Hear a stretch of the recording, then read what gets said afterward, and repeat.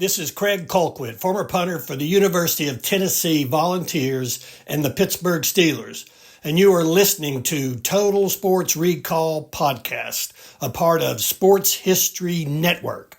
Now, here is your host, Harv Aronson.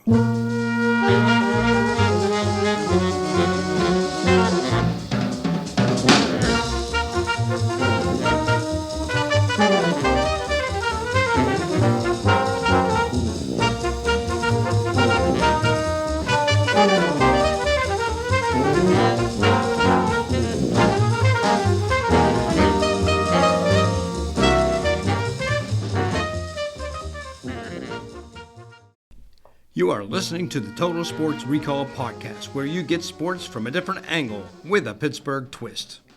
Welcome to Total Sports Recall. This is your host, Harv Aronson, and I like to call myself a sports historian. And so today I welcome another member of the Sports History Network who is also a sports historian.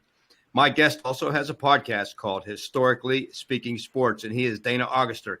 His show is in its fourth season. Historically Speaking Sports covers a wide range of topics, highlighting the greatest moments in sports history from the major sports that make up today's sports headlines.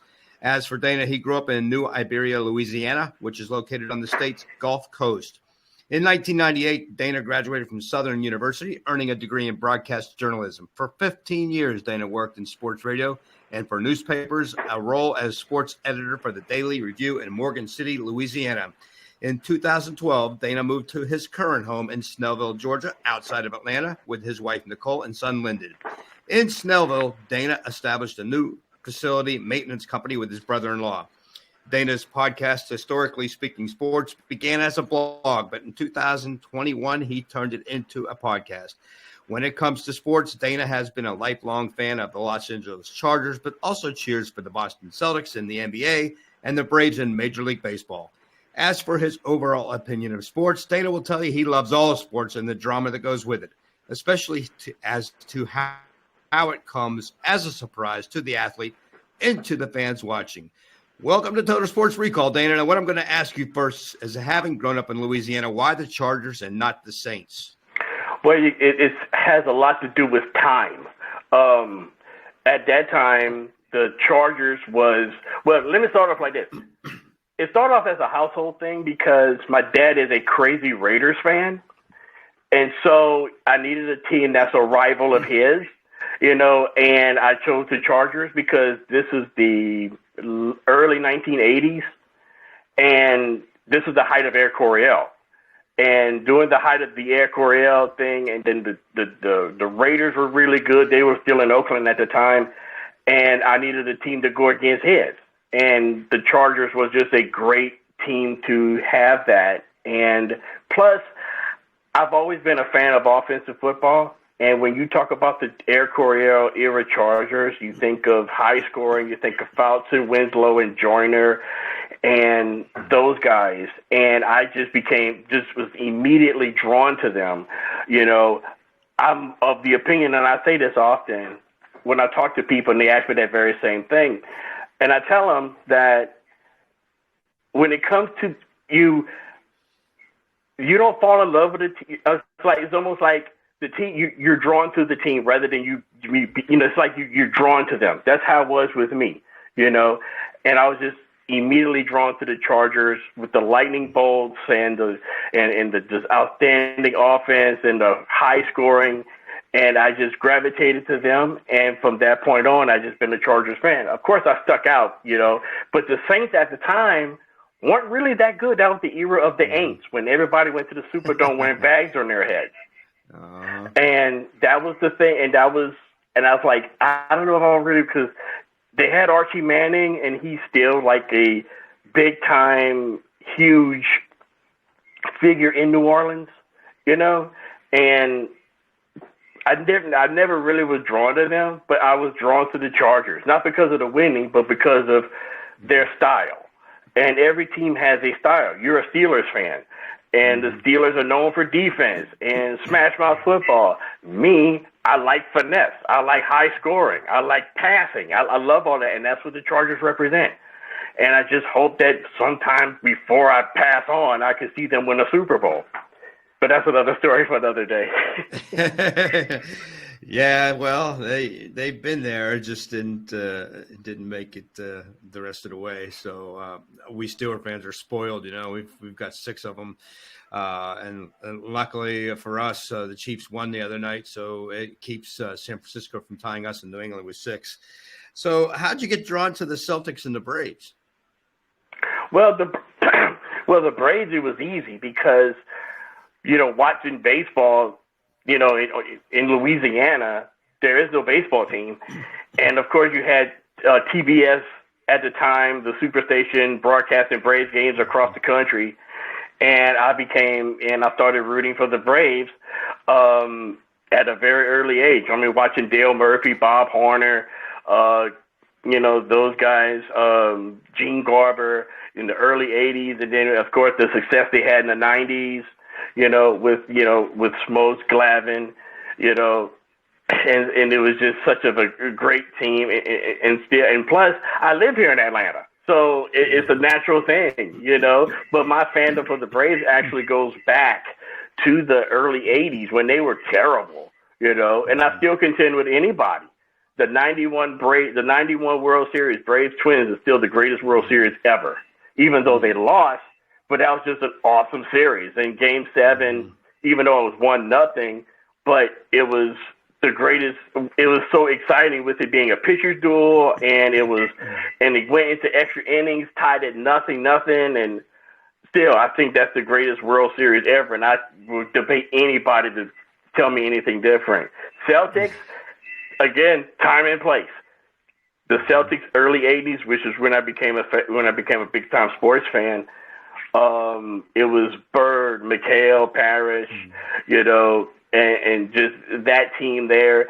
And my neighbor, who's still my best friend, and we talk like every other day, he's a Laker fan. I'm a Celtic fan, and that's just a natural rivalry thing. And then we were like that. But, he hates the Celtics, my friend, but he respects them. And I'm the same way with the Lakers. I hate the Lakers, but I respect them. Yeah. 2 of the best teams ever, actually. And it's interesting because one of my past guests was B.B. Flannery, who was a high school basketball playing stud in Pittsburgh. I went on to play at Duquesne University and got a tryout with the Celtics. And it was about the time, actually, I think it was Larry Bird's rookie season. And Cedric Maxwell was on the team, a bunch of other guys. Robert McHale, I think, was on the team. Robert Parrish. And so he said he looked around. He didn't make the team, but he made the final cuts. But he said there was so much talent on that Celtics team. He didn't stand a chance.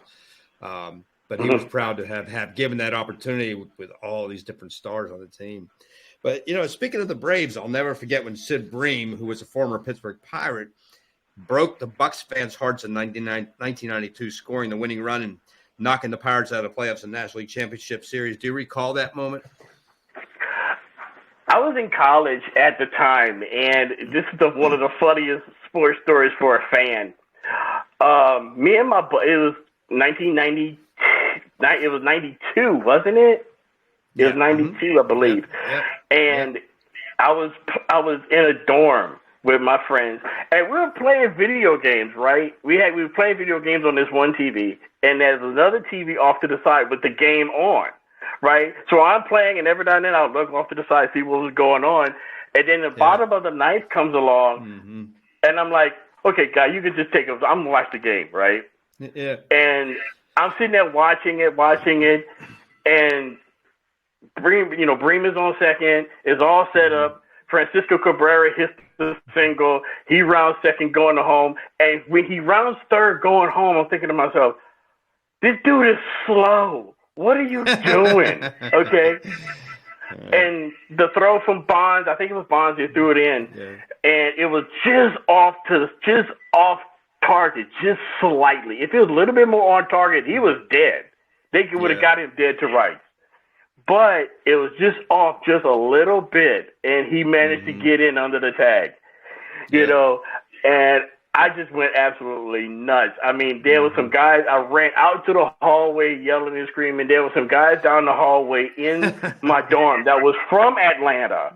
Okay, then we're watching the game. Okay, and we started high fiving each other and everything else, and that was like really cool. But that happened. I was in college at the time when that happened, and that was like one of the coolest moments ever, you know. And even though we lost that series to Toronto, which I have no idea how that even happened, I still curse, you know, Pat Borders and Paul Molitor for that. But anyway, you know, but Paul Molitor had an awesome series as well as MVP Pat Borders, so it was pretty cool. Well, last week I interviewed Jim Tridnich, who's the baseball historian for the Pittsburgh Pirates, and we were talking about this game with Sid Bream. And he says they still have a relationship with Sid Bream. And he said every time he tries to ask him to do something, Sid Bream feels bad because of what he did to the Pirates. And Doug Drabeck was actually the starting pitcher in that game. And I always said that had they left him in the game, the Pirates might have won because he was doing really well. He was cruising, and he gave up a couple of hits. And Jim Leland, I think, was the manager, pulled him. And, you know, the rest of it was downhill from there. But the funny story I always tell about this is that I was in New York at the time, and I had a friend that was a huge Mets or Yankees fan, and he knew I was a diehard Pirates fan. And the moment, and I swear, Dana, the moment that Bream crossed that plate, my phone rang, and I knew exactly who it was. And I pick up the phone, and this friend of mine was just laughing hysterically, you know, because we lost. And so I was just, of course, cursing at him, saying, "Hey, you." Funny. So, in this episode, Dana, we're gonna. Yeah, go ahead. No, what I was going to say was, I mean, you think back to that time and place in baseball where kind of like it was. And I may be just being like the old man on the lawn type of thing, but it just seemed baseball was better back then than it is now. Oh, yeah. You know, it just seems like it is. Because I remember that game because I was sitting there watching it, and in the beginning, and I felt like it was over. Drabeck was cruising, as you said, and anything in the beginning of the game, the Braves really couldn't do anything, you know, offensively until the later innings. You know, and then Breen comes up, Breen comes up, gets on, and then Francisco Cabrera comes up and he does his thing, and the rest, as they say, is history. Yeah, and the interesting thing is after that series, the Pirates did not make the playoffs again until 2013. So they went 20 years, and most of those were losing seasons. So it was a long way before they got back to the playoffs, and then they went 3 straight, and now they're back into another rut. So we'll see if they ever get back there, but we'll have to see. So I think that this One quick thing before we move on. Yeah. One quick thing before we move on. And I just want to say, as you being a Pirates fan, one of my very first sports heroes was Willie Stargell. Oh my gosh. And he was one of my first sports heroes. And I remember the '79 series against Baltimore. That's like the first World Series I actually remember watching. And the home run in the 7th inning. A home run in the 7th game, I should say, to pretty much to clinch it, you know, was like, I want to say that might have been the first home run I ever saw in real time. Wow. And I remember that, and I remember, and for my money, the Pirates uniforms from that time is probably the greatest baseball uniforms ever, you know. 79. And yeah. You know, because I had one of their hats. They got lost through time or whatever, but I had one of those hats that they used to wear with the stars on it and stuff. You know, I was like, man, that is so cool. I would wear it every now and then, and I would get, like, looks from people, like, where'd you get that hat from and stuff like that. So, but that's one of my hobbies is, like, you know, old school, you know, sport. Like, I love old school uniforms and stuff. I talk about it from time to time on my podcast. So, you know, I've always thought that the '79 Pirates and the '72 Oakland A's uniforms are two of the best ever. Yeah. Well, several notes from some of the things you said. First of all, Willie Stargell is a Southern guy. I believe he was either born in Louisiana or Mississippi. I can't quite recall, but I know he's from I think he was born in Mississippi. I'm not sure if he was born. I know he was born in the South. I'm not exactly sure where. Yeah, and so secondly, when you talk about the old school, I'm a little older than you, but I always say that the 70s and 80s were the 2 best decades for sports, and not just being from Pittsburgh, but across the board. Sports back in the 70s and 80s were the best, absolutely the greatest. time to grow up watching sports. And so the other thing I was going to mention with the uniforms is Willie Stargell and the stars on the hat. Jim Tridnich and I were talking about that last week, and somebody else asked me about it, how the stars got on the hat. And so what happened was that Willie Stargell being the captain, every time somebody made a good play or had a good game, he would give them the star, and they put that on their helmet, on their hat. And that's how the stars came about. But their uniforms, they were interchangeable. So they could wear a black top and yellow bottoms, or yellow top and black bottoms. They mixed them all up. So, and I made another comment when we were talking baseball recently about the Chicago White Sox that wore shorts one season. I don't know if you remember that or not. Yeah. But yeah, I do remember that. The dumbest thing I've ever seen, but it's kind of funny at the same way. So go ahead, Dana. Yeah, I was about to say that, I had went to a White Sox game. This was, a while back. And they had like the White Sox Museum, team museum. So I was like, I got to go.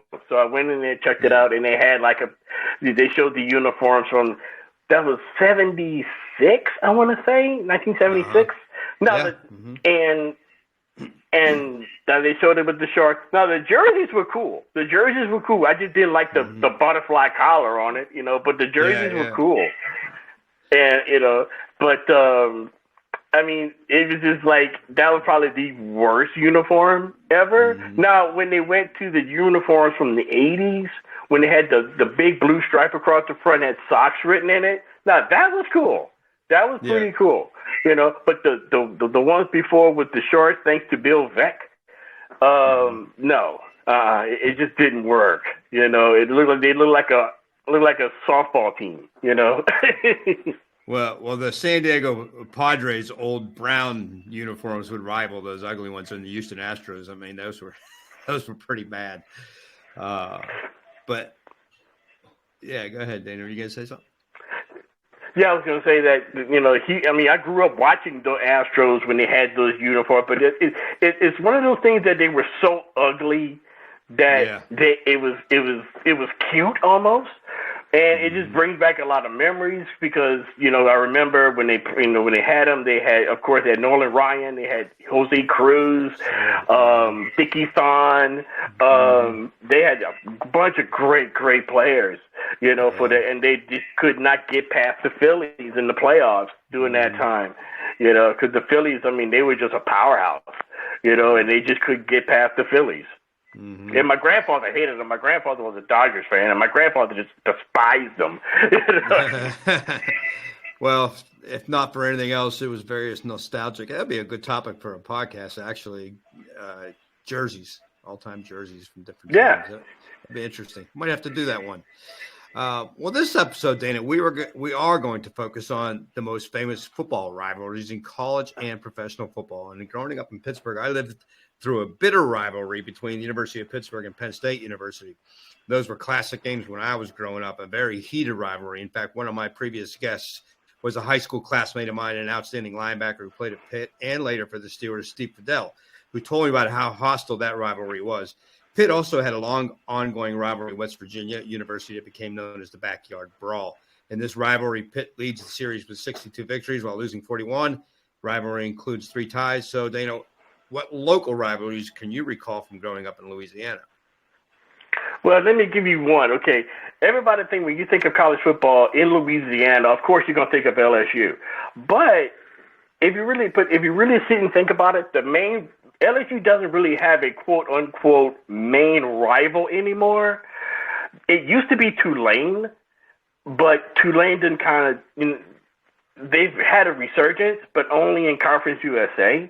When they were in the SEC, it was long before my time. They had left the SEC in the 60s. So that really wasn't like a major rivalry. LSU has established one with Arkansas for the Battle of the Boot trophy, but that doesn't really have the same thing. You could say they have one with Ole Miss, but Ole Miss's main rival is Mississippi State, so you really can't go with that. But when it comes to college football, the best rivalry in the state of Louisiana, I feel, was a rivalry that I witnessed firsthand as a fan since I was 8 years old, and I had gone to every every one of these rivalry games up until I moved to Atlanta, and that's the Bayou Classic between Southern and Grambling. And It's the most interesting and the most it's one of those rivalries that is the best way to describe it, Harv, is like this. And it's the absolute truth. You can go to church on every Sunday morning and you can just see different people and what's not. But when you go to church the week before the Bayou Classic, you could tell which ones are Gremlin fans and which ones are Southern fans because they're sitting on opposite sides of the church. Yeah, wow. Because it's just that way. That's crazy. And it's not just it was like that for as long as I could remember. But it's a rivalry that's unique in the fact that not only is a rivalry between the two football teams, it's a rivalry between the bands. And it's like when the Bayou Classic happens, when halftime comes, more people come and sit down and watch the halftime show than they are watching the game. And people watching the game is a lot of people. They've been holding it in the Superdome since 1975 when it was first built. And that's one of the marquee events in New Orleans for the whole year. There's Mardi Gras, there's the Essence Fest, and there's the Bayou Classic. And you look at the game itself and the players that have played in this game and the coaches that have coached in this game, it's basically like an NFL's who's who,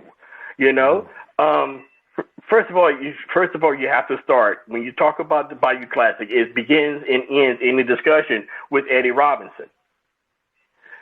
Eddie Robinson, one of the biggest regrets of my life was I had a football that was signed by Buck Buchanan and Eddie Robinson. No kidding. And I lost that ball, and I am like so sick about it, Yeah. And but when you talk about that rivalry, I mean, of course, you got the jokes and everything that goes around in the ribbing of the teams and everything, and and all of that. But one subject about that rivalry that was kind of like off limits of like talking negative about was Eddie Robinson. Eddie Robinson actually was born and raised in Baton Rouge, which is where Southern is located, but ended up taking the job at Grambling, and the rest, as they say, is history. But yeah, I mean, but when you talk about rivalries in the state of Louisiana, that's like the top one, when you talk about major rivalries. It's an in-state rivalry, obviously, but it's one of those rivalries that you see and hear people talk about. And then if you go there and actually watch the game itself, you come away from it thinking that may be the coolest rivalry in all of college football, because it's not only the football game itself, but it's also the band and the halftime show, which is really interesting. And the bands are trying to outdo each other as far as performance and sound and everything else. And if you win the game and the Battle of the Bands, then that's a great year. It doesn't matter if that's the only football game you win all year, because while I was there, Southern wasn't really all that good until the end, where we won a couple of Black College National Championships. But, but when you talk about the Bayou Classic, if you come away with that, winning the game and winning the Battle of the Bands, then that's a great year. Whether you've won 9 games or 2 games, it's a great season. Yeah. And I'll tell you, when I was growing up in the 70s, I used to follow some scores from Grambling, and they were a powerhouse back then. And I was going to mention Eddie Robinson until you mentioned, but yeah, they were such a great football team. But you mentioned the marching bands. When I was in college, we used to look forward to the halftime show just to watch our marching band. They were that good. So I understand where you're coming from with the marching bands. And in fact, I've said, these stupid Super Bowl halftime shows they have now, they should go back old school and have some of these great marching bands come in and perform at halftime. That's what football is all about, not these ridiculous shows they put on at halftime. I refuse to watch a halftime show because it's so pathetic. But, when I went to Super Bowl 43 and Bruce Springsteen was a halftime show, and I'm not a big Bruce Springsteen fan, but I told my friend I went to the game with, I said at halftime, I said, I'm going out to hang out at the mezzanine. I'm not even interested in watching this. So I hear you when you talk about the marching bands. Absolutely. Those are for us old schoolers. We appreciate and understand what it was all about. But let's get to the major college rivalries that still exist today. Now, as I live in Florida now, down here we have Florida versus Florida State. The Seminoles at Florida State have had an incredibly good year this past season, going undefeated. And most of those guys were angry that they were left out of the national playoff, but then they look kind of stupid after losing in the Orange Bowl to Georgia, 63-3. And then we have the world's biggest cocktail party here in Jacksonville every year. Florida against Georgia. Over the course of history, Georgia leads the series 55 wins, losing 44 to the Gators, and Florida twice. So what are some of the rivalries stick out to you that still exist today? Well, there's another one, and thanks to my grandfather, he introduced me to this rivalry, and there was something very nuanced about this rivalry that my son showed me that all the years watching it I never noticed, and that's USC-UCLA. Now, again, this doesn't make a lot of sense as a fan's perspective. I'm a UCLA fan, okay? And the reason why is because the colors. I've always been drawn to powder blue and gold. Chargers colors, UCLA colors. And also I'm one of the rare people that believe that if you are a fan of one, when it comes to college, if you are a fan of one particular, like I'm a fan of UCLA basketball, then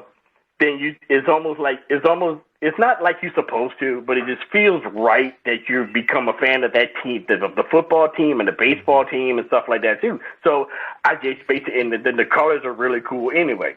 But my grandfather introduced me to USC UCLA when I was about 7, 8, 9 years old, because he would watch it, every time he came on TV, because he was just a fan of the Pac-12. It was, I think, Pac-10 back then. So let's talk about some other major collegiate rivalries. We've got Oklahoma and Texas. The military showdown between Army and Navy, which might be one of the best and most heated rivalries, would be Michigan-Ohio State. Now, my late uncle was a team booster, contributing a lot of money to that school. And he once had Woody Hayes over dinner. I remember him telling me that story, and Archie Griffin joined him. So that was kind of cool. I remember him telling me about his wife, though. She was a huge Michigan fan. And every year at the time of the game, they would make some silly bet over the game. And I know that one of the bets was if the Ohio State lost, he would have to go on the local radio and proclaim how big of a fan his wife was. So in the South, we have the Iron Bowl, Alabama-Auburn. Another good one is, of course, you mentioned Notre Dame and USC. The Fighting Irish currently lead that series, a record of 47, 36, and 5. Yeah, going back to the USC-UCLA, to kind of give a bow on that one, one thing that my son noticed about that I never knew until he pointed it out. See, he was in high school at the time, and he was a high school football player at the time, and he looked at the screen and he asked me, why are they wearing both of the teams wearing home uniforms? Like, what do you mean? He said, look, UCLA is wearing blue and gold, USC is wearing red and gold. Why are they wearing both home uniforms? So I'm like, I never noticed that. And so I go back and look at pictures and stuff, and sure enough, every year they wear their home uniforms, and I had never noticed. Mm-hmm. Wow. I had never noticed. And the reason why that is because both of them playing in their home city, which is interesting because you don't see that in college football where both major colleges are in the same city, playing each other, and they used to share the Coliseum, but that was like another cool aspect about it. They shared the Coliseum until 1982 when UCLA now plays in the Rose Bowl. You mentioned Auburn, Alabama. If you're from the South, like I am, that's like must-see TV. Even if you don't even have a rooting interest, you watch it because it's almost like a cultural thing. It's like a Southern cultural thing, watching, I remember the kick six, because I'll never forget, I was coming home from work that day and I just tuned it on. I turned it on. I saw the score and Alabama's trying to attempt a long field goal and everything. Mm-hmm. And then they kick it. It fell short. The guy catches it and runs it all the way back. Mike Davis runs it back all the 100 and some yards. And I'm like, oh my God, I had never seen a game end like that ever. And I've been around the game of football one way or another since I was 7, going all the way back to when I was a water boy for my uncle's football team when he was a high school football coach. And I've been around the game from that point, and I had never seen anything like that before. Yeah, that might be one of the greatest plays in college football history. And, of course, the band play with John Elway's team in Stanford. Oh, wow, yeah. One of the funniest plays, the craziest ending ever. Talking about Notre Dame, I just got to throw this one in there because I interviewed Terry Hanratty on my show, and he, of course, starred at Notre Dame. Oh, yeah. And so I asked him about the movie Rudy because I wanted to find out what he thought from his perspective about how factual it is. And I asked him if he ever met Rudy Ringer, and he said he met him briefly but never really got to know him. But he said, first of all, Dan Devine, where the scene where they turned the jerseys in so that Rudy could play in the final game, he said that never happened. He said Dan Devine would have never allowed any of his players to turn a jersey in, and he said if they would have done that, it would have been thrown off the team. And he said the very last scene, carried off the field, never happened. He said perhaps maybe one of his friends picked him up, carried him off the field. He says, but as a team, they never did that. I thought that was funny. He says, well, it's all about Hollywood dramatization. Yeah. You know, I mean, you see that a lot in movies. You know, you really do. You know, because one of my favorite, because I'm a big college basketball. This is my time of year, college basketball. The movie Glory Road. You know, the story of the 1966 Texas Western basketball team. Mm-hmm. The way they portrayed the game and the way the game actually was completely different. You know, it was, I mean, Texas Western won. They won convincingly, but the way they made it look was like really over the top, over dramatic. And I told this, I wasn't married yet. The girl I took to her to watch the movie with me, I wasn't married yet, but I told her, like, it happened, but not like that. You know, everything else leading up to that did happen. Okay, most of it. I would say like 95% of the stuff that happened in the movie up to the championship game with Kentucky happened. But the game itself, not so much. Wow. Well, this movie is not a true story, but it's a great basketball movie, and I bet you've seen it, Blue Chips. Have you ever seen that one? Yes. Mm-hmm. Excellent movie. One of my favorite basketball movies ever. And it almost tells you really how it is and some of the recruiting violations that do take place for real. Yes. So it was kind of a factual way. It wasn't a true story. Yeah. So, I mean, there's two basketball movies, I think. We're going to go back to the rivalries in a minute, but there's two basketball movies I think is so realistic or how things work, you know, that it's like, it's not over-dramatized, but it gives you an inside look at what it's really about. Blue Chips is one. The other one is He Got Game, the Spike Lee movie that stars Ray Allen and Denzel Washington. That is probably the most realistic basketball movie ever made, okay? Because all of that stuff does happen, you know, and things like that do happen, you know, and it's a great story, you know, and Ray Allen was a better actor than I gave him credit for, you know, but, you know, he's a great basketball player, but he's also a pretty good actor too.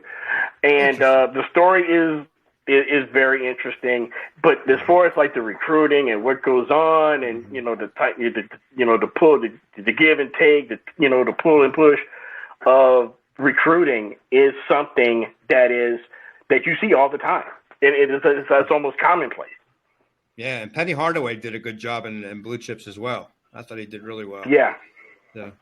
Well, one of the oldest collegiate rivalries belongs to the Harvard-Yale matchup, which dates back all the way to 1875. The first game ended in a 4-0 final with Harvard the victor, and the series is close with Yale ahead 68-60 with 8 ties. So even small colleges like that do have some good rivalries, Dana.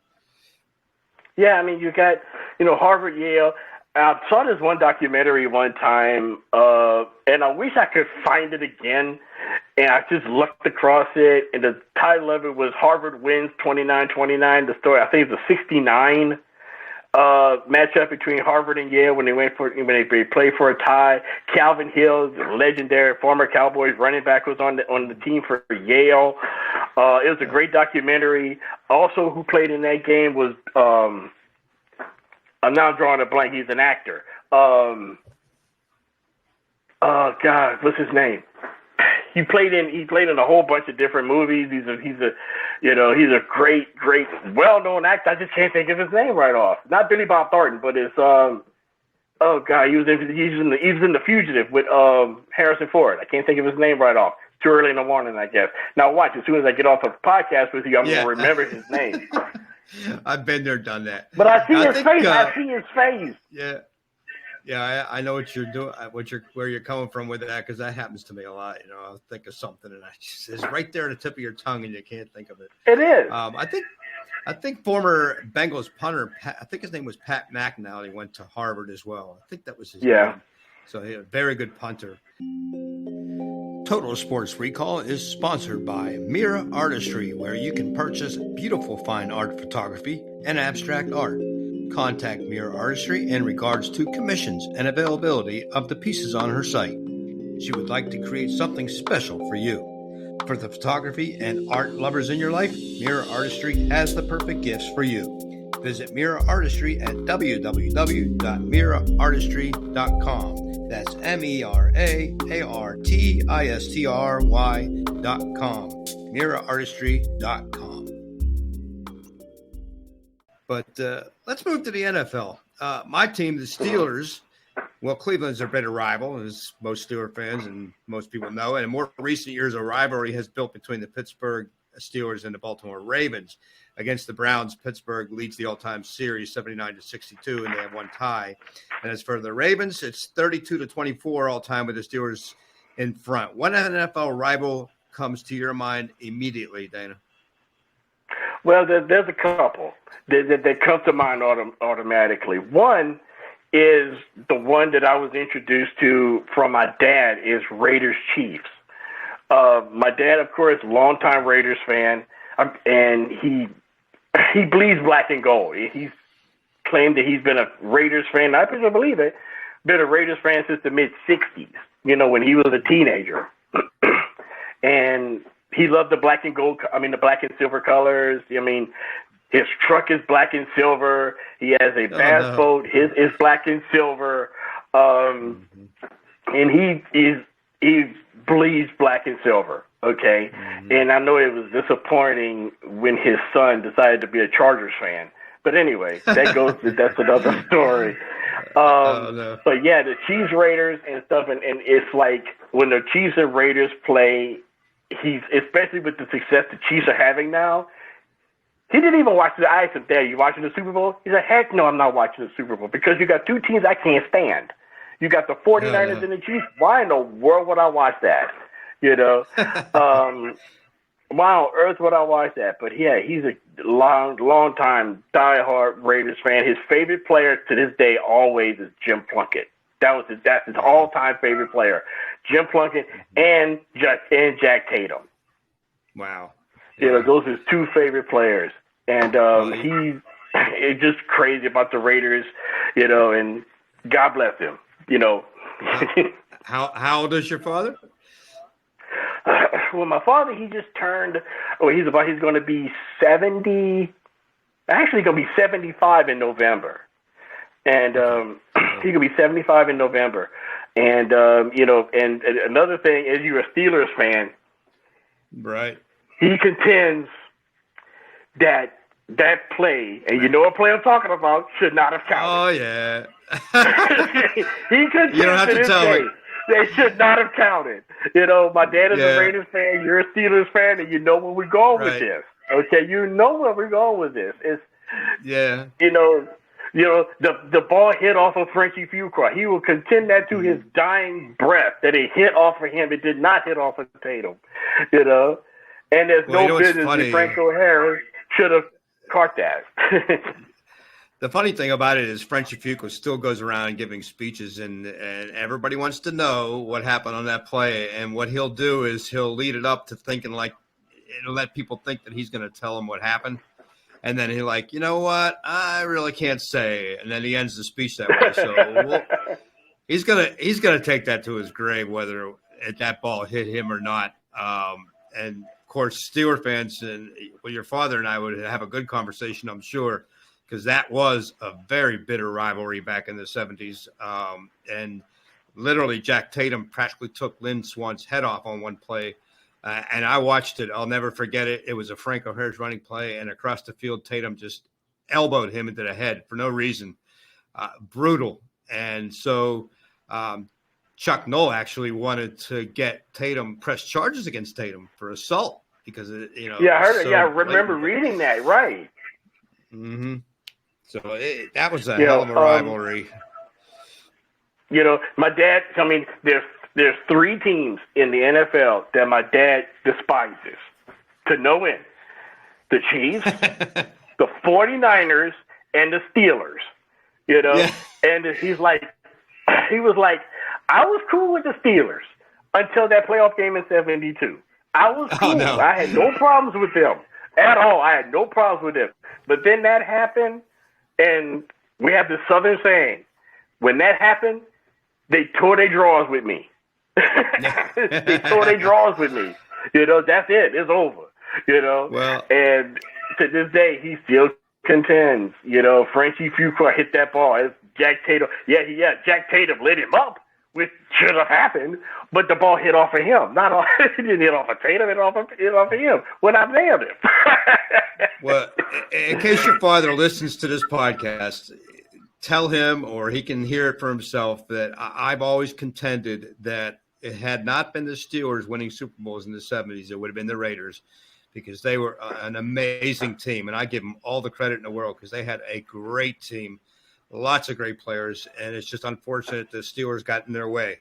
But then there was a couple of times where the Raiders got past us and they ended up in the Super Bowl and winning. Yeah. So I think it was 76 season or something like that. I want to say 76 season, where Franco Harris and Rocky Bleier were both injured for the championship game. Right. The Steelers essentially had no running game. Had they had those two, who would know what would have happened? Maybe the Steelers would have won 3 in a row, but the Raiders, of course, beat them badly and went on to win the Super Bowl. Some other notable rivalries these days now are Jacksonville and Tennessee, Cowboys and the Giants, Cowboys and Eagles. These all go back a long ways too. And the Bears and the Packers, one of the longest running rivalries in history. So it's not just about the teams we're talking about. There's some other really good rivalries still existing and that have been born of recent years in the NFL. Right. Now, there's one rivalry that I'm actually really seriously considering going into like an in-depth research about, possibly even writing a book, because I've witnessed this rivalry from both directions, and that is the Saints-Falcons rivalry. Okay, and I want to do it from the perspective of the fans, because I have a lot of friends here that are Falcon fans, and then I have a lot of friends back home, including family members, that are diehard Saints fans. They get together twice a year. There's actually a charter buses that go from the visiting team to the game every year. It's just a 8-hour drive, 6, 7, 8-hour drive, depends on your how fast you travel between the two. And the fan bases are very heated towards each other because I think there's a line of jealousy. It's almost like that type of jealousy that you would see between New York and Boston. It's sort of like that here in Atlanta, here in the South, between Atlanta and New Orleans. I grew up in South Louisiana, the absolute hotbed of Who Dat Nation. It is fertile ground for Who Dat Nation. Okay. Then I moved here in 2012 to Atlanta, to suburb of Atlanta, and it's nothing but Saints fans. Nothing but Falcon fans. Excuse me. And I have a couple of friends that say, love going to New Orleans. I love eating there. They got great food. I just can't stand that team with that thing on the side of the helmet that I don't even know how to pronounce that, and, with the fleur-de-lis on the side. He said that one of my friends said that he had just moved into a brand new house and his wife wanted to buy some furniture to decorate the house. And one of the things that she bought to put on the wall was this very stylized fleur-de-lis. He looked at that and looked at her and said, "You will not put that in my house." I know it's not. I don't care. You are not putting that in my house. Wow. So That's how deep it runs. That's how deep it runs. I mean, and the same thing from the other direction. I had a friend of mine when I lived in Louisiana who was coaching a youth flag football team. I was coaching it with him. And the team name, and they just assigned us names. They just assigned us team names. And the guy and the team name they came up for us was the Falcons. He said, no, I am not coaching the team named the Falcons. I refuse. If this team's going to be named the Falcons, I quit. That's how deep it is. So we ended up changing the name. So wow. It's like that. It's the most, of all the NFL rivalries, Cowboys, Redskins, Steelers, Raiders, Browns, Bengals, whatever. It is the most collegiate. It has the most collegiate feel to it. Whereas it riles up. It's first of all, it is the most southern of rivalries because it comes from a place of it's I don't want to say hatred because it's definitely there, but it's like it's a type of hatred that only love would understand. You see, and that's the way that rivalry is with between the Falcons and Saints. It has a collegiate feel to it. Only thing is missing is a marching band. If they had a marching band, then it would truly feel like two colleges because the passions are there. You listen to sports talk radio here in Atlanta. You hear them say they give like disparaging nicknames to the Saints. They don't call them the Saints. They call them the boys from the Bayou, or something like that, And then because I think that there's a lot, like I said, there's a lot of jealousy there, between the two cities. And one of them is jealous of the other. Atlanta is jealous of New Orleans because of the food, the culture, the party atmosphere that New Orleans typically brings out, that you really think of whenever you hear New Orleans. Meanwhile, New Orleans is jealous of Atlanta because of its money and its influence nationally. So really, that's really, just over the top flamboyant. When you think of the Falcons, you think of MC Hammer and the two legit to quit Falcons of '91. That had MC Hammer on the sidelines, and you had Deion Sanders and Andre Rison. The Saints, you think of high-powered offense, and they're flamboyant in their own way, So that's what makes that rivalry so special. Yeah, and we already touched on that. And I think the fans are the ones. And I think the fans are the ones that make it special. Yeah, well, it's interesting you mentioned that fans because I saw a headline yesterday and I read the story. And this is ridiculous, kind of. But there was a story about the drunkest fans in the NFL, and surprisingly, the Tennessee Titans were the number one drunkest fans. That is a surprise. Really? That's the Steelers were number 2. That's a surprise. Steelers fans were number 2, and they're basing this on. That's definitely a surprise. Wow. Well, they based it like on breathalyzers. I really, if somebody would have said that and asked me to guess, I'd say, it'd easily be the Saints. Easily. I mean, really? Because the Superdome is in the walking distance of the French Quarter. Yeah. Okay. Yeah. And I think that the reason why it's not because of the game time, because what time the game starts. If this was like at 4 o'clock, if they usually start at 4 o'clock, then they would be the drunkest fans. But 1 o'clock in the afternoon, it's a little bit too early. They still fish. They just ate breakfast. Probably the biggest breakfast that you could probably find. And they hadn't had a chance to really get started to drinking yet. But Tennessee, that's interesting. I never would have guessed that. I guess my friend Jeremy has to explain that. Yeah, I guess exactly. Jeremy McFarland's going to have to explain that. Exactly, because I didn't get it either. I didn't think that. But you know what? Unfortunately, alcohol and fans don't mix because, especially when you get these rivals. And you can go on YouTube and watch some of the most disgusting, ugliest fights. And a lot of them are with Steeler fans. And, it puts a bad image on the Steeler fans when they do that. And it just makes me sick to see these idiots fighting. It's all over a football game. I mean, it's just really silly. It's crazy. One thing that I kind of thought about Steeler fans is that Steeler fans are, probably the most knowledgeable football fans. They're kind of like they kind of reminded me of Nebraska football fans. because Nebraska has this reputation of being very, very knowledgeable, but also very, very respectful of the teams that's coming in to play them, especially with the fans. I had a buddy of mine who was a Florida Gators fan, okay? And he went to the Fiesta Bowl that was when they got blasted by Nebraska. I think it was in 96. The 96 Fiesta Bowl where they just got destroyed by Tommy Frazier and Nebraska. But he ran into some Nebraska fans before the game, and they were some of the nicest people that you could possibly meet, especially if you wearing gear. And I thought the Steelers fans were like that, because one thing I know is that Steeler fans have this reputation, at least once upon a time, of being ones that are very, very knowledgeable of football, but also very, very respectful of other teams. They had that reputation for a while. At least that's what I had heard, and that's what I kind of understood. Well, the majority of them are like that, and one of the things you'll see too is that you always hear it when you turn on a Steelers game when they're on the road.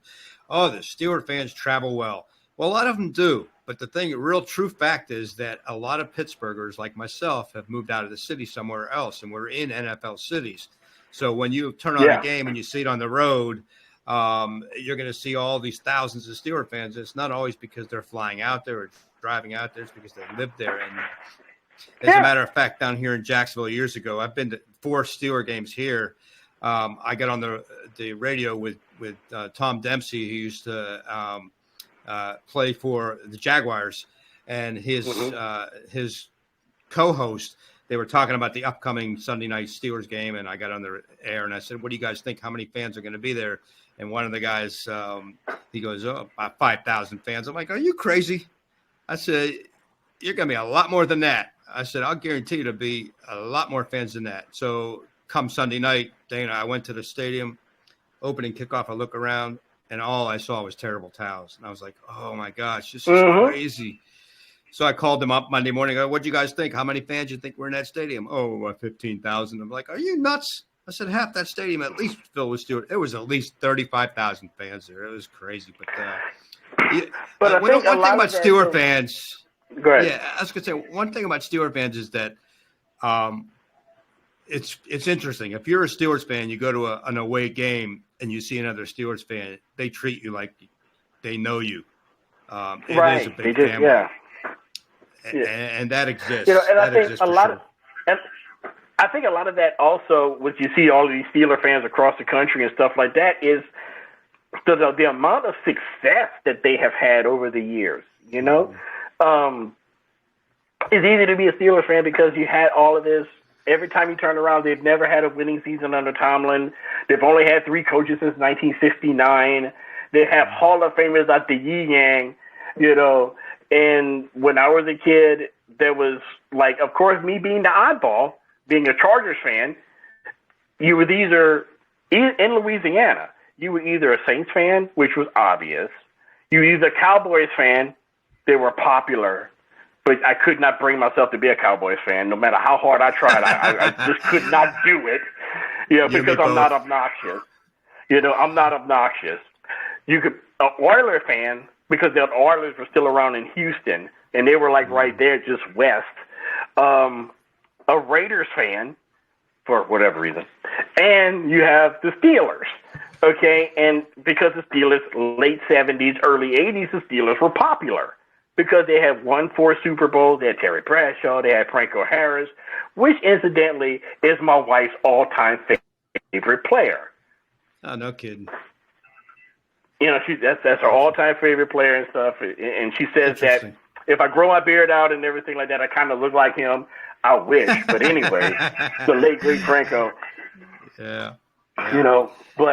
But yeah, I mean, I think is that it deals a lot with the popularity of the team, of why you see Steeler fans everywhere, and hopefully with us, the Chargers, hiring Jim Harbaugh, maybe we can cut into some of that popularity, because we got everything. We just got to put it all together now. Well, before we close up the show, Dana, there's some newer rivalries brewing in the NFL, such as the Jaguars here in Jacksonville and the Texans and the Bills versus the Patriots. Any last rivalries you'd like to mention, Dana? Well, I mean, you talk about when I was younger, growing up. You had the rivalry with the entire NFC East. That's one. Everybody in the NFC East, Cowboys, now the Commanders, Giants, and Eagles, they all hate each other. One of my friends who is a diehard Cowboys fan says that he says the one game that scares me more than anything else is when we play Washington. Now, Washington, of course, is on the downside, and they're trying to get back to where they used to be. But he says, I have nightmares about the Commanders because they have ruined our seasons so often. And it's almost like whenever you have a rivalry discussion, it's almost like you cannot, about the NFL, you cannot leave out Dallas, Washington. You can't leave that out. But if you talk about Dallas, Washington, you have to talk about Dallas, Philly, or Philly Giants, or Giants Commanders. I mean, it's the whole division that hate each other. Mm-hmm. And I've always thought that was like one of the key things about great rivalries in the NFL. Is like I wrote down the best rivalries, my favorite rivalries of the NFL, and I put down the entire NFC East as one of them. Now, I remember when I was in the Coast Guard, and the Redskins, now the Commanders, of course, as you said, were playing the Giants, and who can ever forget Lawrence Taylor and Joe Theismann, that incident breaking Theismann's leg. My God, yeah. And we were on a ship, and somebody sent us the tape of the game, and we put it on super slow motion. It was one of the ugliest, nastiest injuries I've ever seen. It was, oh, my God, unbelievable. I remember that happened. I was in junior high, might have been high school, but I know I was still living with my parents. It was like mid-'80s. And I want to say I was maybe in somewhere around in there, 14, 15 years old. I remember we had practice the next day. Okay, we had football practice the next day. Nobody wanted to tackle anybody because we all saw it.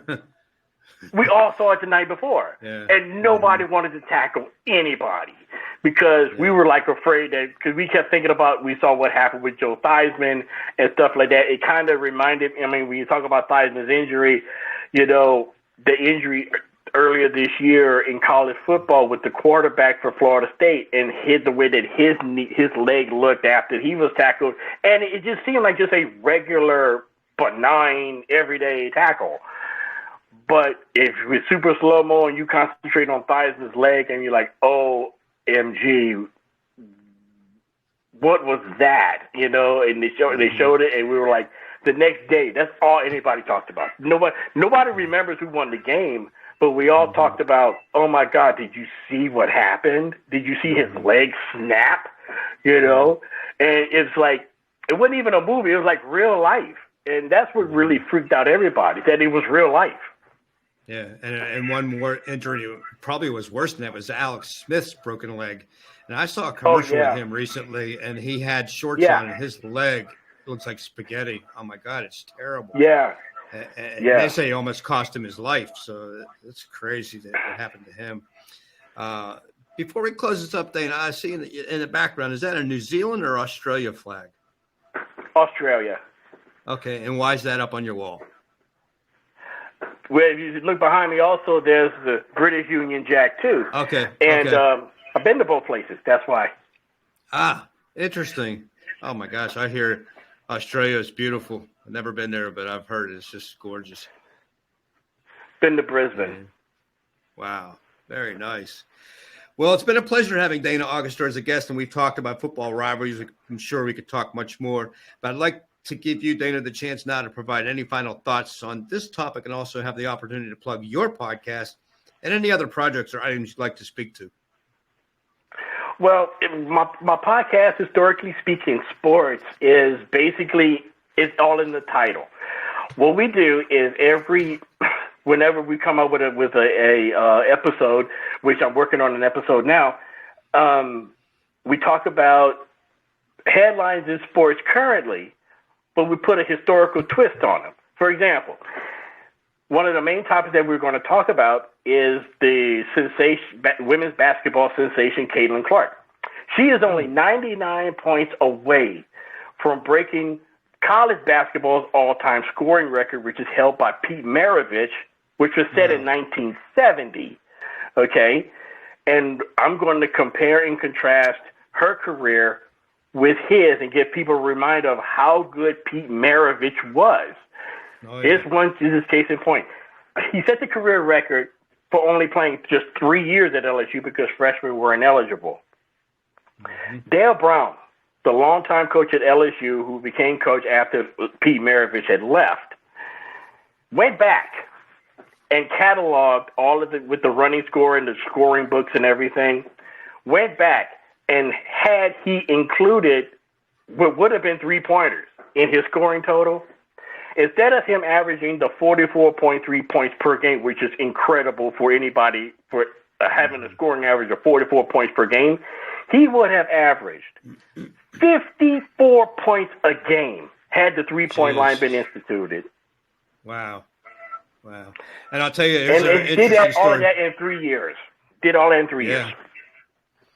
Interesting story that you bring up Pete Maravich, because not only do I remember watching him play, he was a magician with the basketball. He was just so much fun to watch. But here's another interesting tidbit for you, is that my former guest that I had mentioned, B.B. Flannery, when he tried out with the Celtics, as I mentioned before, his roommate was Pete Maravich. Maravich was also on the Celtics team. So was.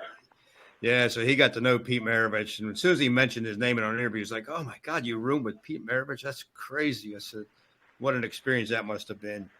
So, and I remember when he passed. In '88. Yeah. I didn't really know much about him because I was only 15 years old, and I did some research and I saw some game film of him, and I'm like, this dude's incredible, you know. Yeah. So he's sort of like a cult figure in the world of basketball.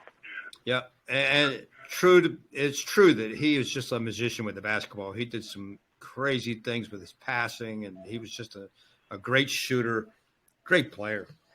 Well, listen, for Dana Auguster, this is Harv Aronson, hoping everyone listening will check out the Sports History Network, where you can find Dana's show and the articles on that site, as well as listening to one of the many shows available there. You can access the site at www.sportshistorynetwork.com. Also visit my Total Sports Recall website at totalsportsrecall.com, and feel free to email me with any comments or suggestions, any comments you have about today's show at totalsportsrecall@gmail.com. For Dana Auguster and his podcast, Historically Speaking Sports, this is Harv Aronson wishing everyone a wonderful week ahead. The contents of this podcast do not represent the opinions of others and are solely the opinions of Harv Aronson based on his experience, knowledge, and research.